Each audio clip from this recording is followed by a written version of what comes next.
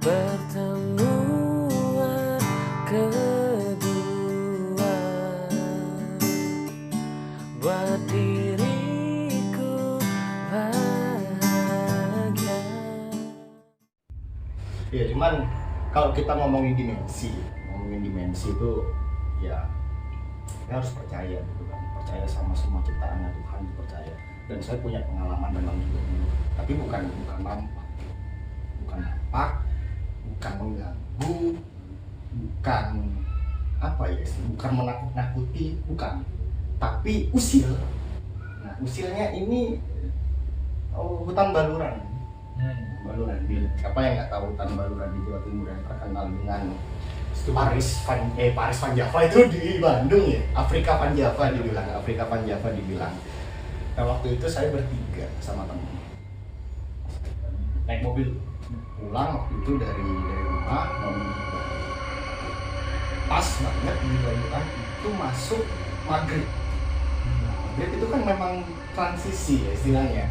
Kalau katanya orang itu memang kamu jangan keluar maghrib ntar diculik sama kuntilanak. Ini ya kuntilanak gitu kan ya. Iya, wewe gombel ya gitu kan, wewe gombel. Nah pas itu, dulu itu lewat sama Yayat, sama Deda, dulu ada teman kerja. Saksinya masih ada. Saya bawa mobil, saya masuk di hutan baluran. Pertama sih biasa aja kondisinya rame dan gitu dan sebagainya. Memang banyak sih kisah-kisah, cerita-cerita, kalian boleh cari deh tentang hutan baluran, gimana treknya yang panjangnya cukup panjang. Di tengah hutan kita harus melewati 30 km, memakan waktu kurang lebih sekitar 45 menit normal di sana. Aku sih pernah 15 menit tapi kecepatan 100 km. Iya, kalau kenceng kita bisa sampai 15 menit udah sampai. Nah, ini kan masuk hutan baluran, seret. Begitu sekitar perjalanan 10 menit. 10 menit. Nah, di depan saya itu ada 3 mobil. Truk ya, kayak truk engkel. Depannya mobil sedan, depannya truk tangki. 3 aja. Waktu itu jalan baluran memang nggak sebagus sekarang kan sudah diaspal sekali, dulu masih banyak gelombang. Karena kita agak buru-buru balik ke Bali, saya tancap saya lihat speedo itu salib juga 3 mobil itu. Saya salib kurang lebih kita 120 km per jam. Setelah disalib sampai setelah nyalip mobil itu kondisinya kayak kita masuk ke saya ya, bukan kita ya, yang 2 ini nggak merasa gitu loh.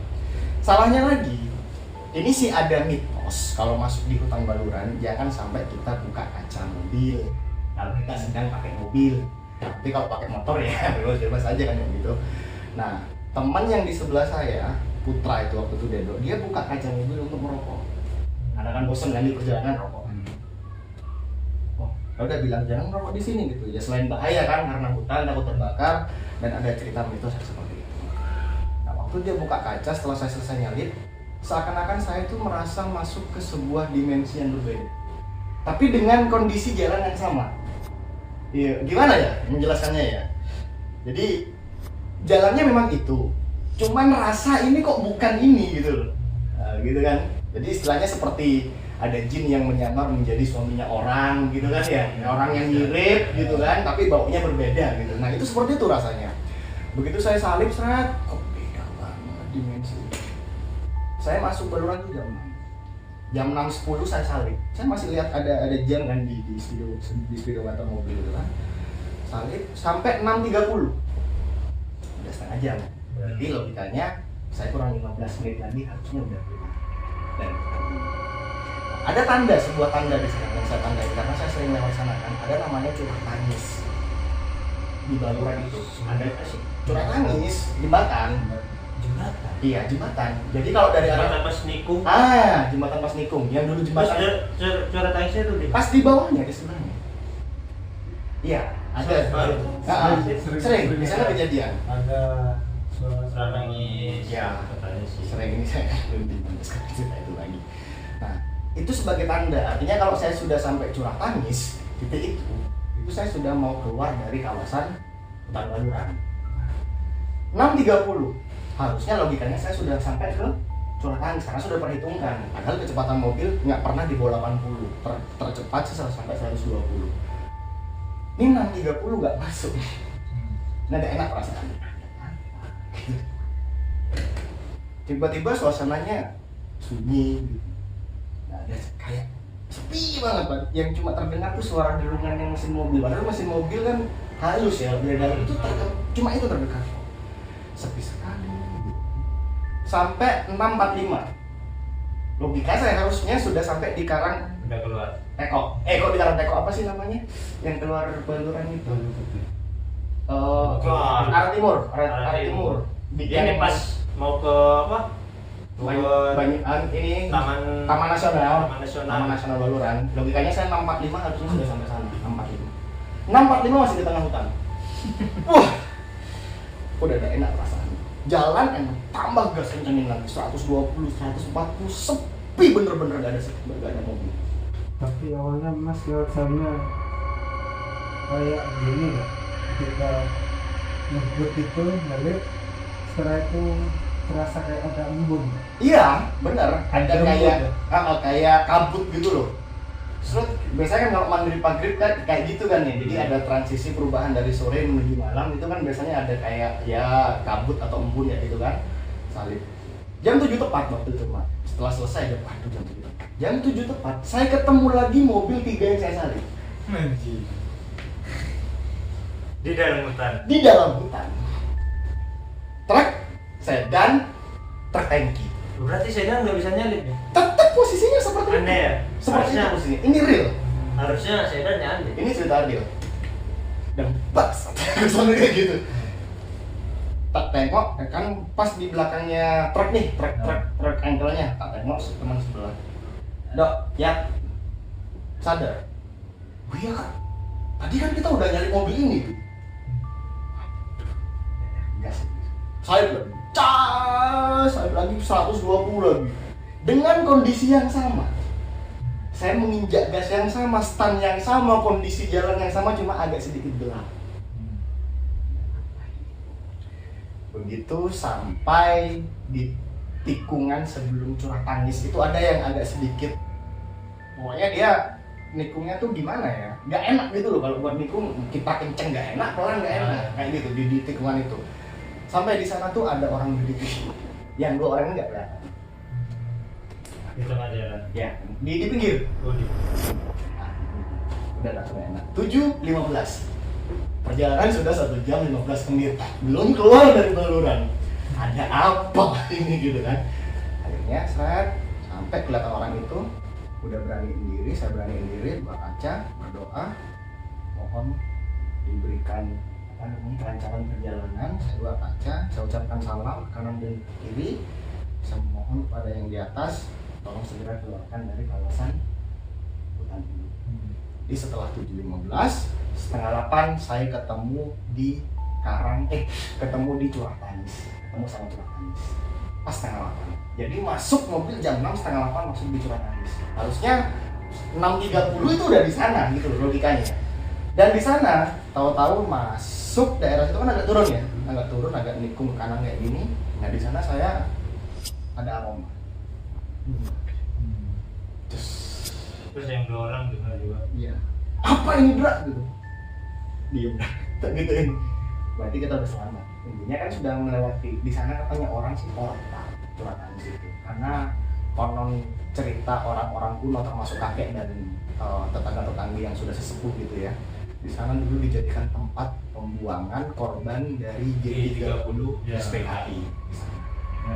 Jadi itu memang di sana katanya sih portal. Ini setelah sampai Curah Tangis masuk di sana jam setengah 8 lewat 15 menit saya keluar. Artinya saya hampir 2 jam. Mungkin pas berada gak baca doa. Nggak agak ini sih. Tapi kalau Ah, kalau menurut ceritanya Mas Indra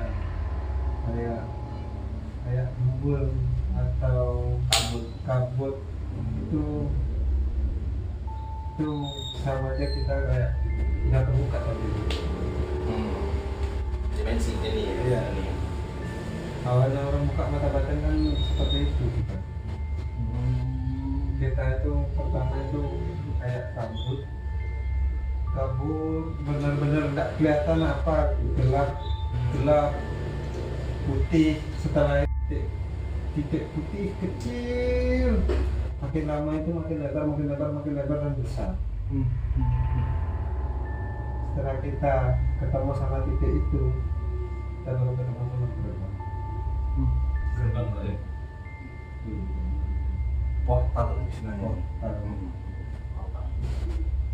Kalau di Bali ini kan portalnya cerita orang sih. Ini bukan cerita pribadi saya, cerita orang di Gilimanuk itu memang ada portal setelah penyeberangan, ada hutan, setelah hutan ada pura yang jalan. Pura itu saya lupa namanya pura apa. Nah, setiap masuk sana ini ada cerita orang mau mengirimkan ayam cemani. Ya. Ya, ayam cemani itu kan semuanya hitam, termasuk darahnya pun hitam. Cemani. Nah, akhirnya begitu melewati itu dia bisa kayak portalnya di sana. Rambut sini. Di Rambut Siwi. Rambut sini. Nah, di Rambut Siwi juga. Jadi kalau di Jawa itu portalnya di Banyuwangi. Jadi kekuatan buat bukan di Banyuwanginya, di Ketapang. Portalnya di sana. Jadi kalau ada kekuatan dari Jawa, itu netralnya di Rambut Siwi. Kalau yang dari Bali, kekuatan netralnya di, katanya sih, saya juga nggak tahu gitu, di Ketapang. Di sana ada dua ini. Apalagi hal kayak gitu juga. Ya kan ini cerita-ceritanya yang saya pernah dengar dari orang-orang itu. Berarti kita tinggal praktek ya? Tapi emang kalau curhat tangis kan dikasih nama curhat tangis itu kan gara-gara di sana kan Sering ada. Iya, kecil. dikasih nama curhat tangis. Tapi aku serius baru tahu sekarang. Ada nangis tuh di sana. Ada curhat tangis. Curhat tangis. Serius lu? Curhat tangis. Setelah itu di Baluran dulu itu juga sempat ada cerita, sempat waktu bis ada bis itu kan dari arah Bali mau ke Jawa itu kan pasti lewat Baluran. Dan ini dialami sama saya sendiri. Kan kebetulan waktu itu saya masih ikut sama itu mau ke Bali.